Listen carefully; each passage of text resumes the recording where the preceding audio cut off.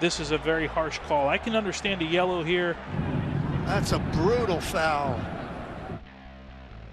Welcome to Instant Replay, presented by Cheez-Its. Andrew Wiebe, Charlie Davies, doing what we do. Get us started, Chuck.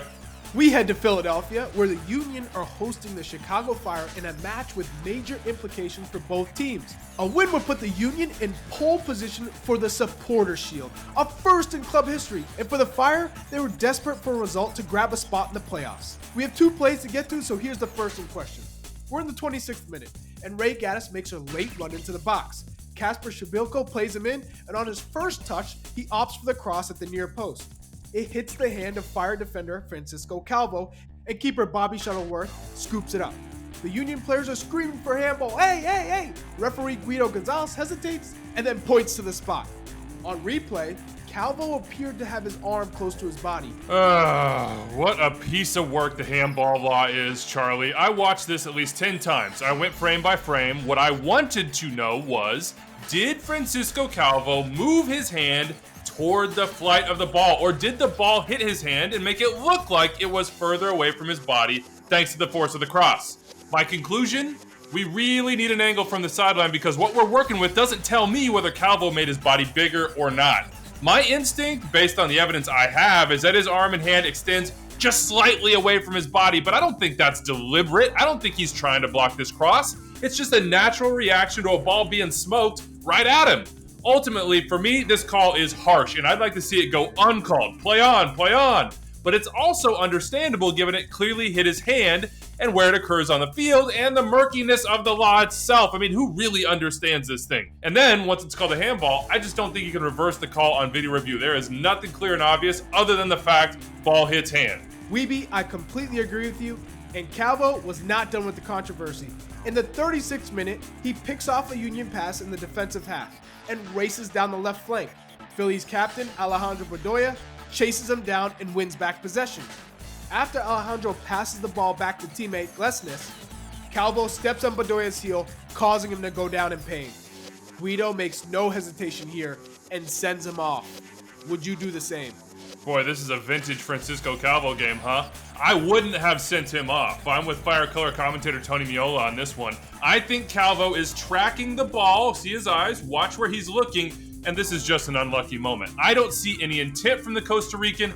I don't see anything that I would describe as excessive force or brutality. It's at best, for me, reckless. This, in my opinion, is a yellow card, not red. All right, it's the final game at Nippert Stadium, and we've got a penalty/handball shout to look at in what would be a 1-0 SKC win. 59th minute, Frankie Amaya in behind. Roberto Puncic gets to pull in and kick in, or trying to at least. 1, is that a PK for you, Charlie? 2, does it even matter? Did Amaya handle this ball with this shoulder touch right here? 1, it's a penalty for me. Puncic did not play the ball in his challenge. He tackled Frankie's body. And to answer the question of, is it his arm and not the shoulder on the replay, it is not definitive. Therefore, the call couldn't be overturned because it would need to be clear and obvious. Anyways, the ball doesn't lie. Bang! Off the post. Sim de Jong, man. This is just FC Cincinnati's season in a nutshell. To Red Bull Arena with this painful-looking challenge from the Revs striker Adam Buxa on Aaron Long. Referee Alan Kelly went with a yellow card here. Would you have gone a step further, Wiebe? All right, here's the question we all need to be asking as we watch this play.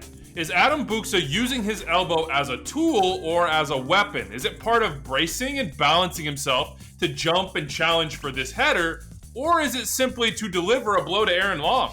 Watching the angle from behind the Revs goal, I don't think the number 9 has any idea where this ball is. Watch his eyes. He doesn't even look back until it's too late.